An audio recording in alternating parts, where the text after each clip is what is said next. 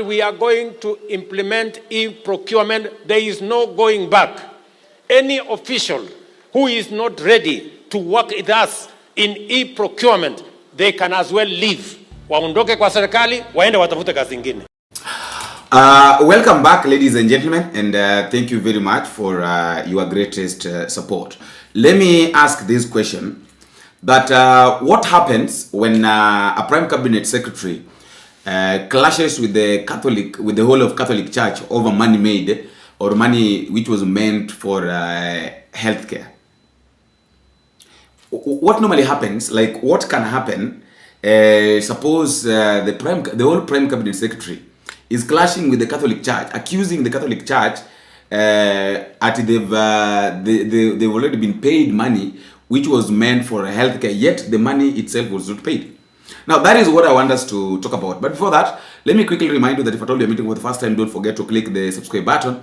You can as well like, you can share, drop me your comment in the comment section, tell me where you are watching this video from. If you're within the country, tell me which part of the country or county where you are watching from. And if you're outside the country, you can as well tell me which country or drop me the flag in the comment section so that I can figure it out by myself. Now, as we get into this discussion, I would like us first to listen to the president speaking as we continue with our discussion. Let us listen to the president. I can see the future, and I can see a different Kenya. Many people sometimes accuse me of saying things that are not there because I can see them. Many people cannot see, but I can see a different Kenya. If we keep the faith, if we stick together, if we stay focused, if we are patriotic, if we are accountable. And that is why I agree with my CS, this man, John Mbadi, when he says that our detractors, we are not going to listen to you. On matters to do with SHA, the reason why we are unearthing the theft and the corruption in hospitals is because our systems in the SHA, the digital system, is now able to detect the fraud that people have carried out for many years under NHIF. Why do we have 30 billion shillings deni ya NHIF leo? Na tukisema wacha tufanye verification ya hiyo debt ya 30 billion, mahospitali wanaenda kotini wanasema they don't want verification kwa sababu wanajua ndani pale iko wizi. And we are not going to pay until we verify, because we are not going to spend public money to pay corrupt people. Ama namagani jameni? So we are telling the people who think the theft they were carrying out in NHIF watalete kwa SHA, nyinyi mnaota ndoto ya mchana. Haiwezekani. Hospitali yeyote, hospitali ya serikali, hospitali ya kibinafsi, hospitali ya kanisa, kama wameiba pesa ya NHIF, watalipa hiyo pesa. Kama wamelete corruption kwa mambo ya SHA, watalipa hiyo pesa na tutawapeleka kotini, kwa sababu we must be accountable for all the resources that the public have put at our disposal as government. Maneno ya e-procurement, kuna watu wengi wamezoea kandarasi ya ukora. Kitu ya shilingi 2 tunanunua shilingi 10 kama serikali, kwa sababu ya procurement ya ukora hapo, ya quotation na nini na nini. Tumesema tunaweka e-procurement. Wacha ijulikane imenunuliwa pesa ngapi na imeuziwa serikali na nani. Na mbona mtu wa shilingi 2 hakupata hiyo kandarasi, mtu wa shilingi 10 alipata. That is what we want to do. Mimi najua kuna resistance. Procurement officers, accounting officers, hawataki hiyo maneno kwa sababu wanataka kuendelea na ukora ya zamani. Alafu ndio wanaandika headline, sijui Mbadi, sijui 5 billion, sijui nini. Nyinyi na ukora yenu na maheadline yenu na ufisadi yenu hamuwezi kutuzuia kuhakikisha ya kwamba pesa ya serikali inatumika inavyopaswa. and we are going to implement e-procurement. There is no going back. Any official who is not ready to work with us in e-procurement, they can as well leave. Waondoke kwa serikali, waende watafute kazi nyingine. Now, back to our discussion. In Mumias, it has turned into a full-blown political and moral war that is going to decide or that can decide the future of hospitals in Western Kenya. I'm saying this because at St. Mary's Hospital in Mumias, this is one of the largest faith-based health facilities in Kakamega County. And then you come to find out that is the church, or that is the hospital that now these politicians are going to bring their politics into. Recently, this church was closed or was shut down. Why? Because imagine this hospital had got a lot of patients who were stranded, and then it had got over 200 staffs that right now are jobless because already the hospital has been closed. Now, what somebody can ask, that what is the reason as to why this church or this hospital, let us call it because it's a hospital, why this hospital was shut down? This is the reason. The people that runs St. Mary's Mission Hospital in Kakamega, that is in Mumias, were told that by the government that they should treat people, and then after treating the patients, what is going to happen is that SHA is going to cover for the patients in that hospital. And that was it. Treat people, and then after treating people, just treat them free. And then SHA will cover for the treatment. Just the other day, we had Mudavadi claiming that the hospital had been paid 82 million. In fact, according to him, he was saying that St. Mary's claimed 117 million, and the government record shows it had already received between 82 million and 99 million. So that means, if at all, maybe let's say that they received 82 million, there is still something like 35 million that is still remaining. So they've been paid almost three quarter of the money. It's like we can back to a quarter of that money. Are you seeing? So he goes ahead and says that the hospital management of mismanaging funds and playing politics instead of serving patients. I want us to listen to Mudavadi. After more than a century, St. Mary's Hospital in Mumias, Kakamega County, ceased operations after accumulating 180 million shillings in unpaid claims from government health schemes. The shutdown has left an estimated 300 patients who sought daily care without a facility to turn to, and rendered more than 200 staff members jobless. Speaking on Thursday in Malava constituency during a burial ceremony, Prime Cabinet Secretary Musalia Mudavadi raised alarm over what he described as questionable financial claims filed by St. Mary's Hospital in Mumias under the Social Health Authority SHA. Hospitali hiyo imelipwa 82 million shillings out of the 117 million Kenya shillings. If they want to argue, we are ready to produce evidence how much they received in November last year, in December, everything. I have it even on my phone here. Naweza soma sahi.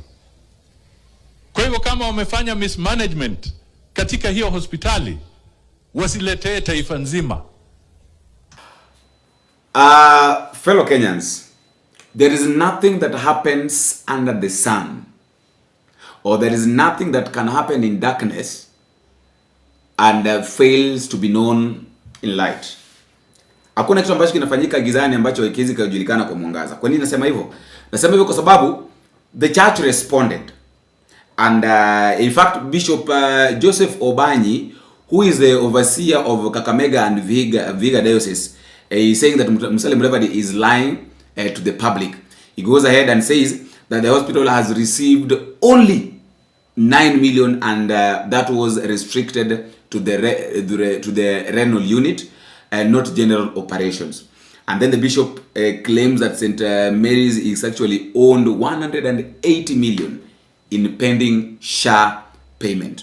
Kakamega Catholic Bishop Joseph Obanyi, under whose authority the hospital operates, has dismissed Mudavadi's pronouncements, essentially calling him a liar with different numbers to boot. Since June of this year up to now, we may have received about 9 million, which is actually designated for the renal unit. Now, the hospital itself has not received any money that it can call money that has come as claims from the SHA, which would easily go to the patients. And he did not stop there. He took on Mudavadi's 82 million shillings allegation.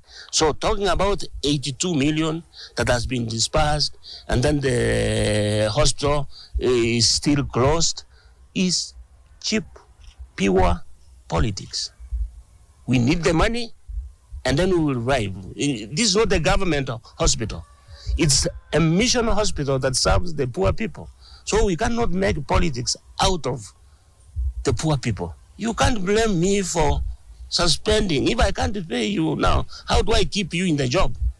Even for the next month. And if anybody has to believe anybody, at least believe the church.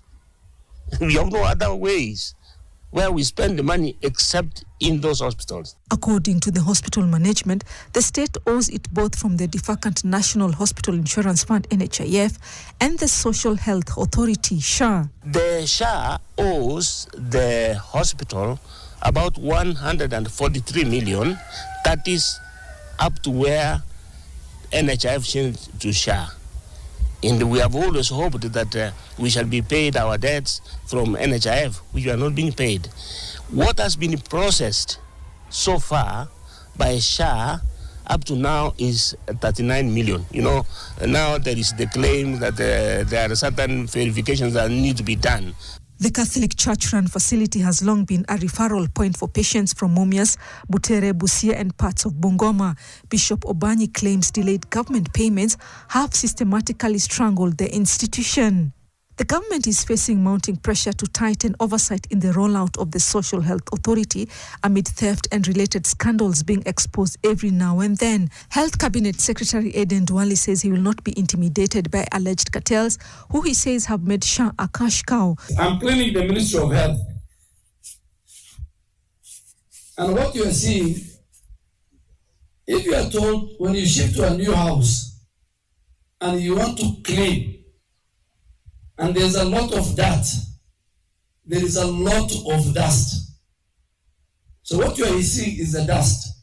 So mimi na raisi na wafanyikazi wa SHA na Ministry of Health tutapambana na hii fumbi, lakini mwishowe hiyo mahali itakuwa safi.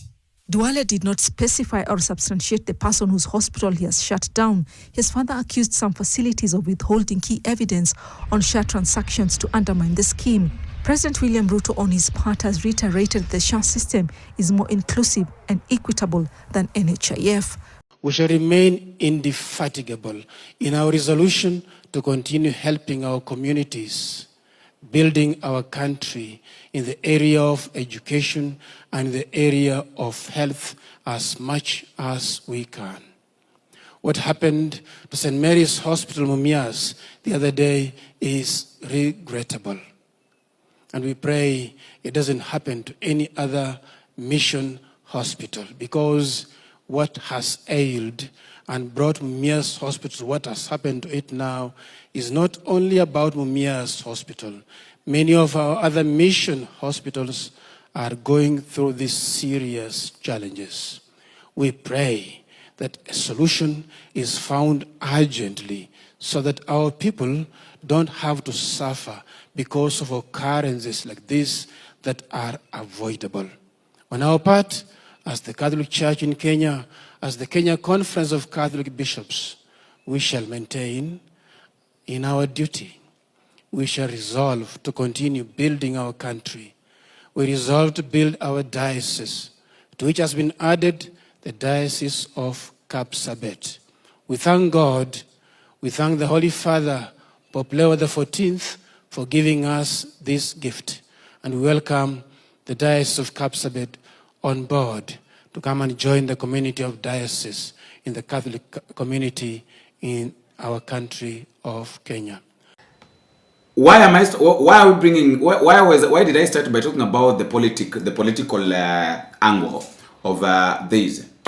Senator Boni Khalwale sided with the bishop yesterday during the church service, whereby he blasted Musalia Mudavadi by saying that Musalia Mudavadi has no mandate in Kakamega affairs and should let local leaders handle the hospital crisis because he is the senator. And in fact, he says that there is no way that the government can only give 9 million and claim that they've already paid almost 82 to 99 million Kenya shillings. Let us listen to Boni Khalwale. Nimekuwa nikikuambia maneno ya Wetangula na maneno ya Mudavadi, hukuwa unanisikiza. Ulikuwa unafikiri ni siasa ya nyumbani. No.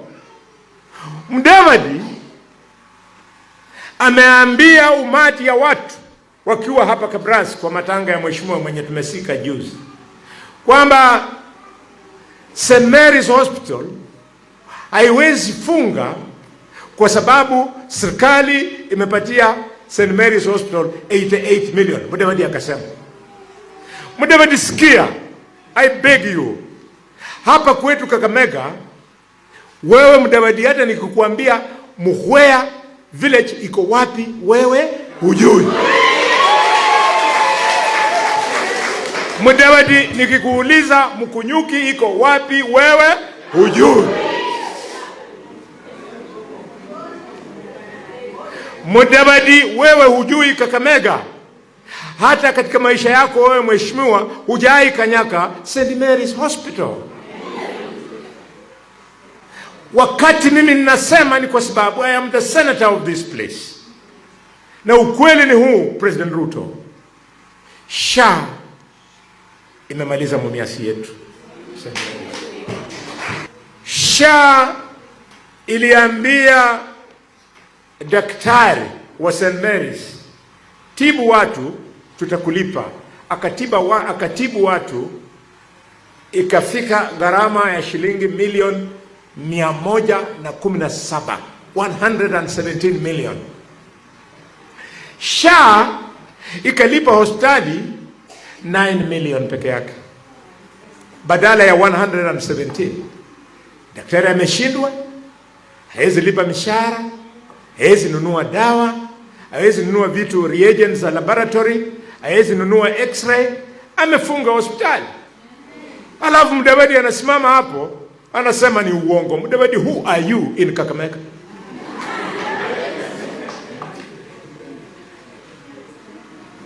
Mudavadi, you don't know us. Stick to the issues of Vihiga. Mambo ya Kakamega mimi niko. Na wengine wenye wamepigiwa kura wako hapa Kakamega. Wewe kama Prime Cabinet Secretary Muluya kutoka kwa jamii yetu mwenye ulipewa kiti kwa sababu ya kura zetu, ilikuwa jukumu yako kuhakikisha kwamba hiyo 117 million imelipwa. Now, why is it that this issue is a matter, it matters and should be handled quickly? Number one, for patients, it is not about politics. It's about life and death, and we all have to accept that this thing is not all about politics. This is a matter of life and death. Dialysis, maternity care, emergency service, all on a whole. Imagine somebody has got dialysis, somebody is in maternity. There is an emergency. You see these emergency services whereby unapata mtu amepata jali, ameenda kitu imepasuka. Those people needs to be taken care of. So what happens when madaktari wenyewe, the people that are supposed to do that are not in hospitals? Those people are going to die. Number two, for the government, for the government is all about credibility. For the patients is a matter of life and death. And then for the government is about politics. And I normally say that why is it that this government, they normally want to do politics. They just want to politicize everything. Even places that they don't need to do politics, they bring politics in it. Like now, situation like this one is a matter of life and death. You can't claim that you've already paid money, yet there is no money that have been paid. In fact, the whole of last week we've been hearing the cases with the SHA, some healthcare is being shut down, some ghost healthcare is being shut down. They are not existed, and they've been receiving money. So you wonder, where is the money? Where this money has been going to? Wamekuwa akipokea pesa na especially yenyewe haiko. And then Rigathi Gachagua is talking about this, wanaanza kumlaumu Rigathi Gachagua. You see now, the issue of Western has been a battle of influence whereby everybody wants to be heard. Musalia Mudavadi wants to appear as a strong and nonsense leader. The church and Halwale want to defend the local community. So who should we listen to? Should we listen to Musalia Mudavadi, who is just a president worship, who wants to make William Ruto see him as someone who is genuine and is doing good, what is right, or supporting him? Or should we support Buni Halwale together with the church, yet we know that church cannot lie? Sivula say that St. Mary's is the church that he was born in. And the community also wants treatment. Of course, we can't sideline with the politicians, because politicians sometimes, not that sometimes, but politicians wants to take control of everything. And as I give each other the comment section, tell me what you think. This is what I have to say. That this is really not about money.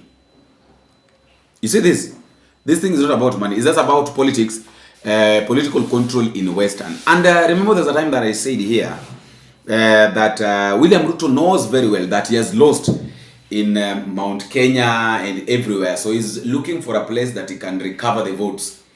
And amejaribu kuangalia akaona it is only in Western that he can maybe cover a half of the votes that he has lost in Central, because Central has got something like 7 million votes. So tell me, hiyo 7 million atapata wapi? Hakuna community moja iko na hizo 7 million votes. Perhaps maybe aenda kusanye, so target yake ni achukue all the votes that are from Western, which I don't think if it is going to be very easy.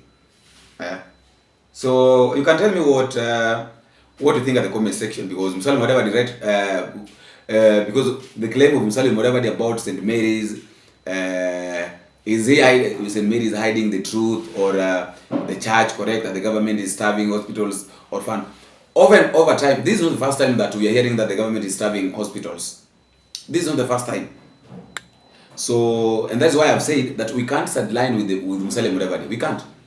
Not unless maybe you know what you maybe you are in this game. But truth of the matter is that we can't keep on sidelining with Musalia Mudavadi. This government, we can't keep on sidelining with this government, because we are seeing what they are doing. We are seeing what this government is doing, and this is not right. Tell me what you think at the comment section.